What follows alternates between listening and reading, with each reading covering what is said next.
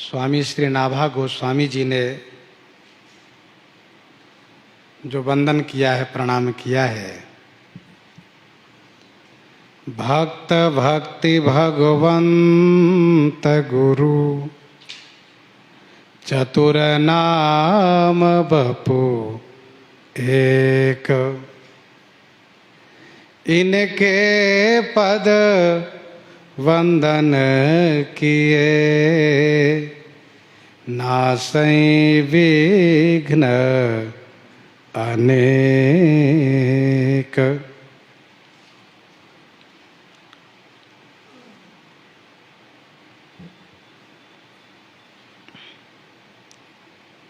भक्त, भक्ति, भगवंत और गुरु। चतुर नाम माने नाम चार है, बपू एक, बपू माने शरीर एक है।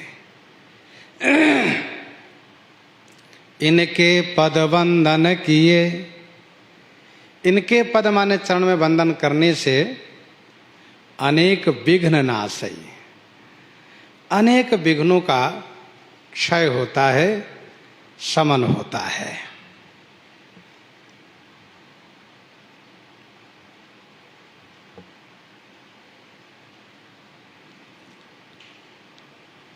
मंगलाचरण ग्रंथ के प्रारंभ में करने का विधान है, करना चाहिए। समाप्ति कामो मंगलमाचरेत, ग्रंथ को निर्विघ्न समाप्ति की कामना से मंगलाचरण अवश्य करना चाहिए। जिस ग्रंथ के आदि मध्य और अंत में मंगलाचरण किया जाता हो, उस ग्रंथ के पठन पाठन करने वाले को आयु प्राप्त होती है और वह सुख शांति को पाता है।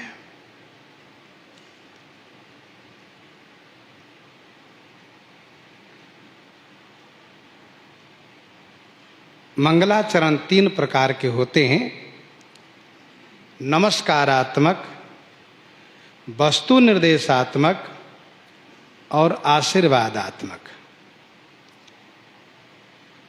नमस्कारात्मक मंगलाचरण उसे कहते हैं जिसमें इष्ट को नमस्कार किया जाता हो। जैसे कि भागवत जी में सूत जी मंगलाचरण कर रहे हैं, नारायणं नमस्कृत्य नरं चैव नरोत्तमं देवीं सरस्वतीं व्यासं ततो जयमुदीरयेत। श्री वाल्मीकि जी मंगलाचरण करते हैं, रामं रामानुजं सीतां भरतं भरतानुजं सुग्रीवं वायुसूनुं च प्रणमामि पुनः पुनः, प्रणमामि पुनः पुनः। गोस्वामी जी कहते हैं, वंदौ संत समान चिता हिता निहित नहीं कोई, अंजलिगत शुभ सुमन जिमि सम सुगंध कर दोई। तो नमस्कारात्मक का मतलब हम जिस ग्रंथ में जिनको गायन करेंगे, जिनके बारे में वर्णन करेंगे, जिनके बारे में लिखेंगे, उनके चरणों में मेरा नमस्कार हो। ये नमस्कारात्मक मंगलाचरण होता है। आशीर्वादात्मक मंगलाचरण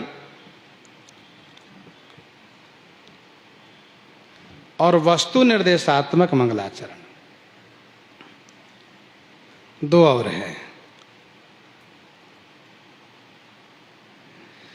आशीर्वादात्मक उसे कहते हैं कि हम अपने इष्ट देव को प्रणाम करते हुए उनसे आशीर्वाद की भी कामना करें। जैसे हनुमान नाटक का यह श्लोक प्रसिद्ध है, कल्याणा नाम निधानम कलिमल मथनम पावनम पावनानाम पाथेयम यन मुमुक्षो सपदि पर पद प्राप्तय प्रस्थितस्य विश्राम स्थानमेकम कविवर वचसाम जीवनम सज्जनानाम बीजम धर्म द्रुमस्य प्रभवतु भवताम भूतये राम नाम। इसमें यह है कि आशीर्वाद की कामना है।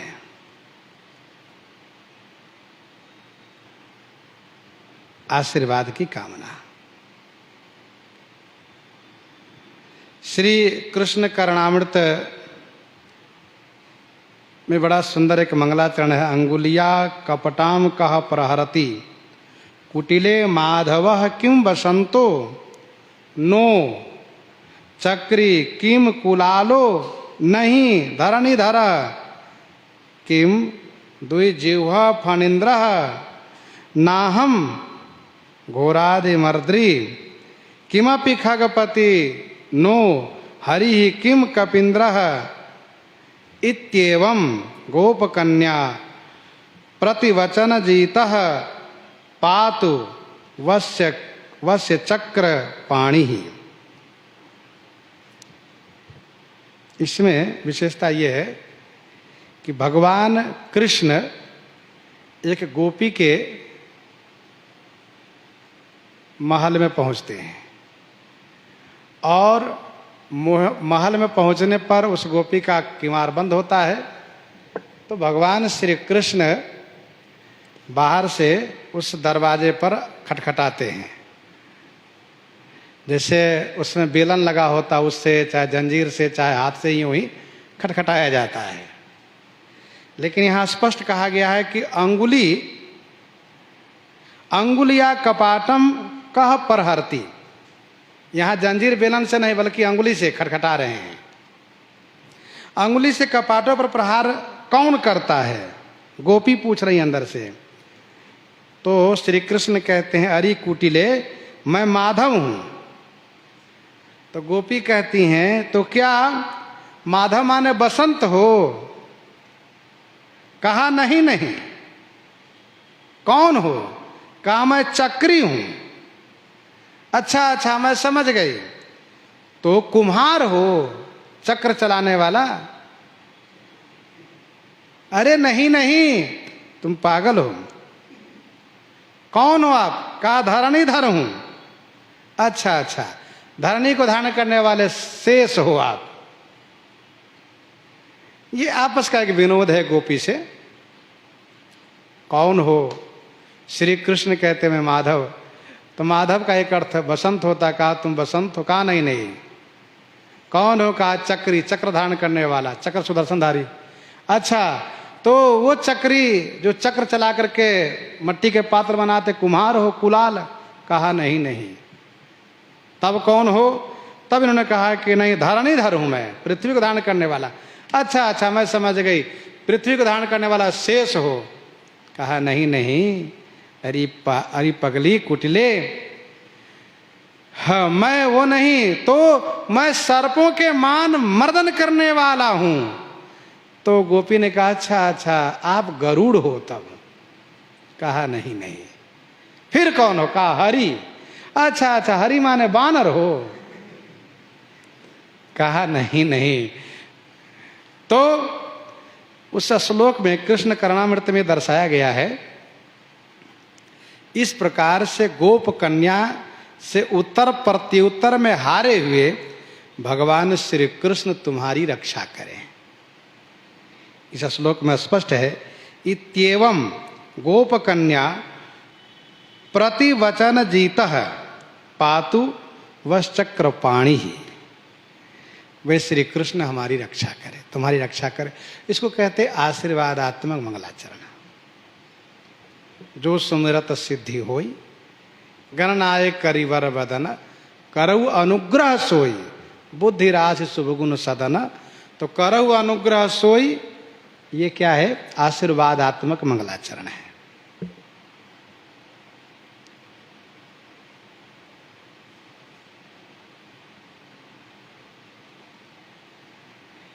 वस्तु निर्देशात्मक का मतलब ये होता है कि जो विषय हम कहना चाहते हैं उसको उस मंगलाचरण में ही स्पष्ट कर दें। श्री नाभा गोस्वामी जी ने इस दोहे के मंगलाचरण में तीनों भाव को दर्शा दिए, नमस्कारात्मक, वस्तु निर्देशात्मक, आशीर्वादात्मक। भक्त, भक्ति, भगवंत, गुरु। मानो नाभा गोस्वामी जी ने कहा मैं इन्हीं चारों के बारे में कहूंगा, तो इन्हीं चारों के बारे में कहूंगा, ये हो गया वस्तु निर्देशात्मक। और इनके पद वंदन किए, ये नमस्कारात्मक हो गया। और नासै विघ्न अनेक, ये आशीर्वादात्मक हो गया।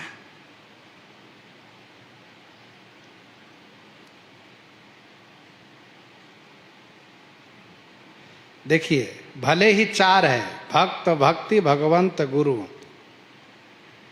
तत्वतः एक ही वस्तु है। कैसे?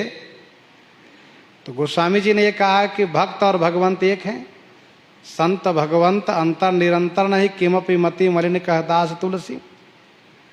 और गुरु जी और भगवान एक हैं, आचार्य माम बीजानियान। और भक्ति और भगवंत एक हैं। गिरारथ जल बीज सम कहियत भिन्न न भिन्न। तो भगवान भक्ति एक है, भगवान गुरु जी एक हैं, और भगवान भक्ति एक है। स्पष्ट रूप से वर्णन है।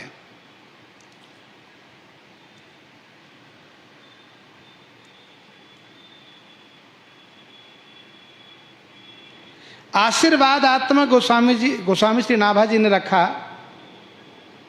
श्री नाभा गोस्वामी जी ने, कि नासै विघ्न अनेक, अनेक विघ्नों का समापन होगा।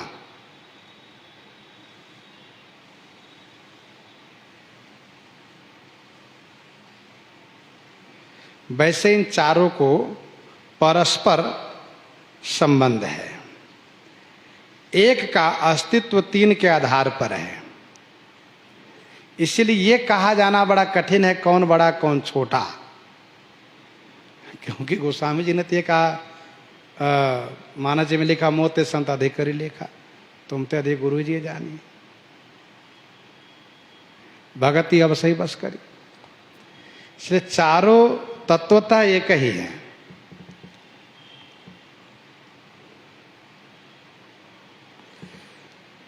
भक्त, भक्ति, भगवंत, गुरु, चतुर नाम बपू एक, इनके पद वंदन किए, नासै विघ्न अनेक। यद्यपि चारों एक है, फिर भी नाभा गोस्वामी जी ने भक्त को प्रथम रखा, क्योंकि इन्हीं के नाम से ग्रंथ लिखा जाएगा। भक्त माल, भक्ति माल नहीं, भगवंत माल नहीं, गुरु माल नहीं, तो इसका नाम होगा भक्त माल। भगवान अपने सभी रूपों में परिपूर्ण है, एक है, फिर भी जिस पुराण में, जिस ग्रंथ में, जिनके नाम से वह ग्रंथ लिखा जाता है, उसमें उन्हीं को प्रधान बनाया जाता है। यही नियम है। ये भक्तों की माला है। जैसे एक माला में चार चीजें होती है, सूत्र मतलब धागा, मणि, सुमेरु, पुदना, ये चार है, लेकिन चारों के एक होने से ही माला है। वो अलग अलग है तो कह देंगे ये पुदना है, ये सुमेरु है, लेकिन अलग अलग में उसका कोई महत्व नहीं ज़्यादा है। एक दाना ही तो है। पुदना कहेंगे ऊन ही तो है, ये भी एक धागा ही है। ये मणि है, ये धागा है, लेकिन एक जगह होने से तब माला का नाम होता है। एक माला को लीजिए, माला में जो भक्ति है वही भीतर की धागा है, सूत्र, क्योंकि भक्ति में ही सब बंधे हुए हैं, भक्त भी, भगवंत भी, गुरु जी भी। तो भक्ति क्या है? सूत्र है, धागा है। भक्ति सूत्रोपन्नधः, भक्ति सूत्रोपन्नधः, सूत्रोपन्नधः। और धागा भक्ति है। और ये भक्त लोग ये मणि हैं, जैसे अनेक मणि से, जैसे 27 मणि सुमिरनी है, 108 से अठोत्री माला है। तो अनेक भक्त ही ये मणि हैं, मणियां हैं। और सुमेरु गुरु जी हैं। सुमेरु कौन है? गुरु जी। और फुदना भगवान है। फुदना कौन है? भगवान है। गुरु जी भक्त और भगवान के बीच में है। भक्त रूपी मणि, भक्त रूपी मणि जो माला के दाना है, और भगवान फुदना, बीच में सुमेरुवत गुरु जी।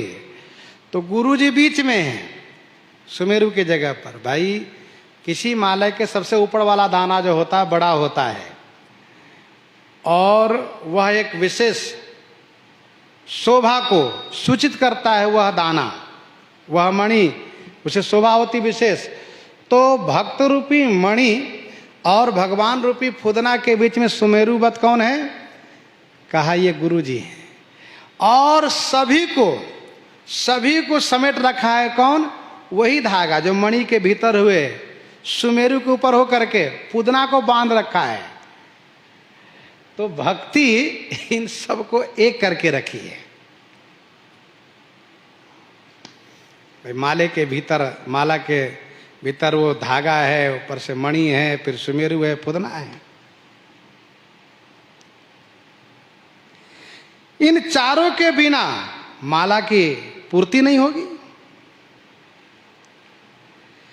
पर ध्यान देने वाली बात यही है कि मणि मतलब माला में जो पिरोया गया उसी के नाम से माला।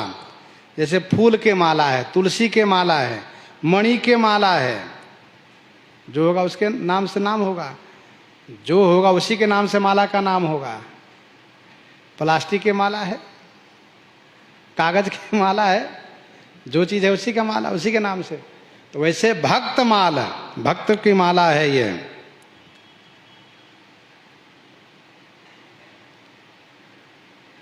भक्त और भगवंत के बीच में गुरु जी हैं। एक बड़ा सुंदर संकेत ये है, इसका इस संदर्भ में एक दृष्टांत है। एक राजा के घर में राजकुमार का जन्म हुआ। एक राजा के घर में राजकुमार का जन्म हुआ। कुछ काल के बाद राजकुमार को वस्त्राभूषण से समलंकृत देख करके महंगी अर्थात बहुत अमूल्य गहने को, आभूषण को, बढ़िया मुद्रिकाएं, बढ़िया हार, बढ़िया मुकुट, कमर में, पाँव में, हाथ में, तमाम आभूषणों को देख करके डाकुओं की नजर पड़ी, चोरों की नजर पड़ी, वे राजकुमार को हरण करके उठा ले गए। एक राजा के राजकुमार जब थोड़ा बड़ा हुआ, वह जब आभूषणों से समलंकृत था तो उसको डाकुओं ने, चोरों ने उठा लिया, अपहरण कर लिया और जंगल में ले जा करके सब आभूषण ले लिया। और लेने के बाद राजकुमार को अपने पास में रख लिया, क्योंकि राजकुमार देखने बड़ा सुंदर था। सोचा हमारे समाज में सब तो ऐसे ही बदसूरत लोग हैं, एक बड़े सुंदर, इनको रखो साथ में। और चूंकि वो राजकुमार अभी अबोध था, बहुत छोटा था, उसको कुछ ज्यादा ज्ञान था नहीं, तो धीरे धीरे करके उन लोगों ने एक आध दिन तक ये रोए, फिर इसके बाद धीरे धीरे करके उनको अपने में मिला लिया और अपने जैसा उसको बना लिया। राजा ने राजकुमार को ढूंढवाने के लिए बहुत प्रयास किया, बहुत धन खर्च किए, लेकिन राजकुमार का आता पता नहीं चला। कहाँ है कुछ पता ही नहीं चला, क्या करना चाहिए कुछ समझ में नहीं आया। फिर बाद में जा करके निराश होकर के राजा यह मान लिए कि मेरे राजकुमार अब दुनिया में है नहीं। फिर लगभग जब 8, 9, 10 वर्ष हो गए, तब एक बहुत बड़े ज्योतिषी आए। बहुत ज्योतिष शास्त्र के वे विद्वान थे, बहुत बड़े विद्वान थे। राजा को पता चला कि ये ज्योतिषी बिल्कुल सही सही बात बताते हैं, तो राजा ने बड़े सम्मान पूर्वक उनको बुलाया, सम्मान किया, पूजन किया और कहा, महाराज आप ये बताइए कृपा करके कि मेरा राजकुमार जिंदा है भी या नहीं, पहली बात, और यदि है तो कहाँ है, और क्या वो पुनः प्राप्त हो सकता है, इत्यादि। ज्योतिष शास्त्र के विद्वान व ज्योतिषी आगमी, उसने ज्योतिष से ढूंढना शुरू किया, यह पता करके किस नक्षत्र में कब और किस दिन को जन्म हुआ है राजकुमार का। तो ये सब पता मिल जाने पर, जन्म कुंडली मिल जाने पर ज्योतिषी ने भली भांति उसका शोध किया। खोज करते करते कहा, महाराज राजकुमार तो जिंदा है, सही बता रहे आप, कहाँ? तो राजा का मन बड़ा खुश हो गया, राजकुमार जिंदा है कहाँ? लेकिन महाराज जिंदा तो है और वो आपको भूल गया है।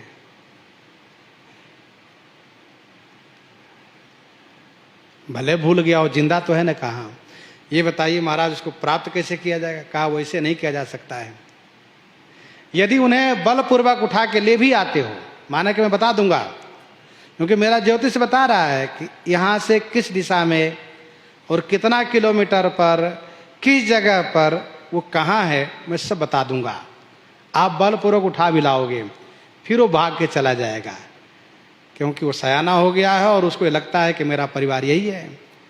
इसके लिए एक ही उपाय है कि मुझे मौका दीजिए, मैं जा कर के अवसर पा करके उसे समझाऊं, और समझाने के बाद उसको ये ज्ञात हो कि वो राजकुमार है, अपने आप को समझे पहचाने, फिर मैं आपको संकेत करूंगा, बताऊंगा, तब आप उसे ले आइएगा।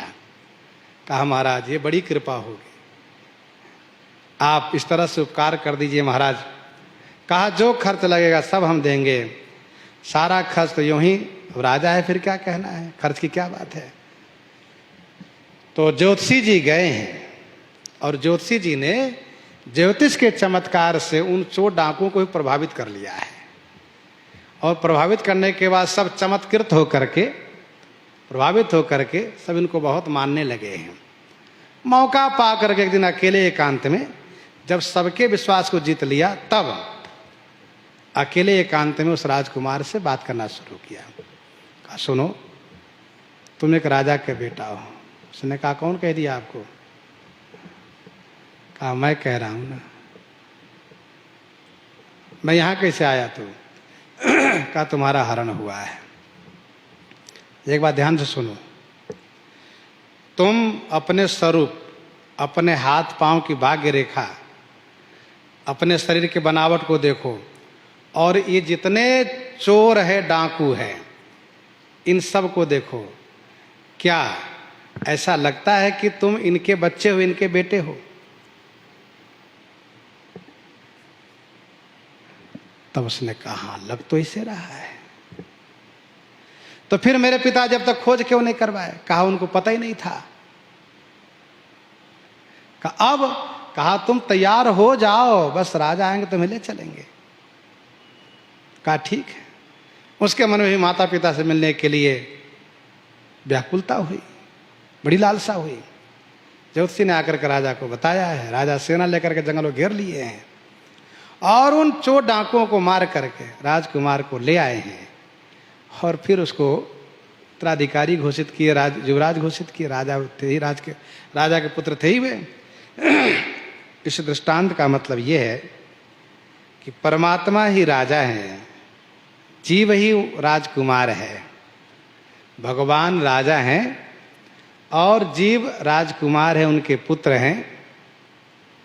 और ये जो काम, क्रोध, लोभ, मोह, मद, मत्सर, ये विकार ही चोर डाकू है, जो राजा से राजकुमार को दूर करके और अपने में मिला करके अपने जैसा बना देते हैं। तो कोई कामी हो जाता है, कोई क्रोधी हो जाता है, कोई लोभी हो जाता है, कोई अहंकारी हो गया है, कोई दम्भी हो गया है, कोई ढोंगी हो गया है।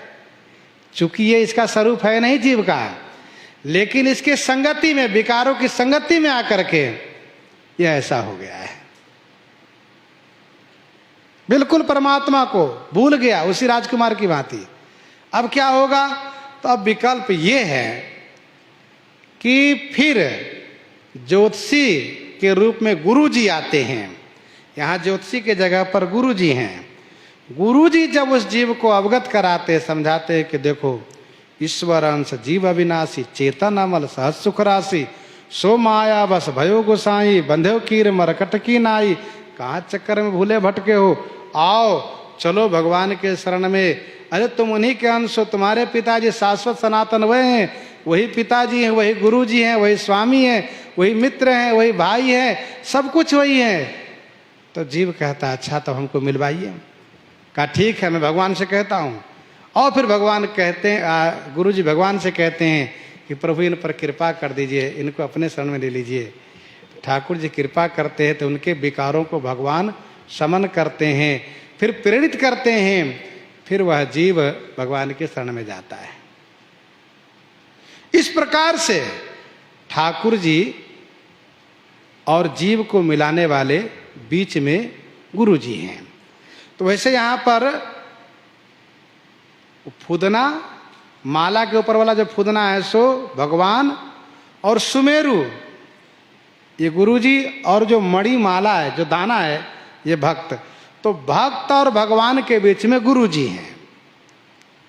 और ध्यान दीजिएगा, जैसे उस राजकुमार के आभूषण थे, वैसे यहाँ जीव के जो सद्गुण है यही आभूषण है।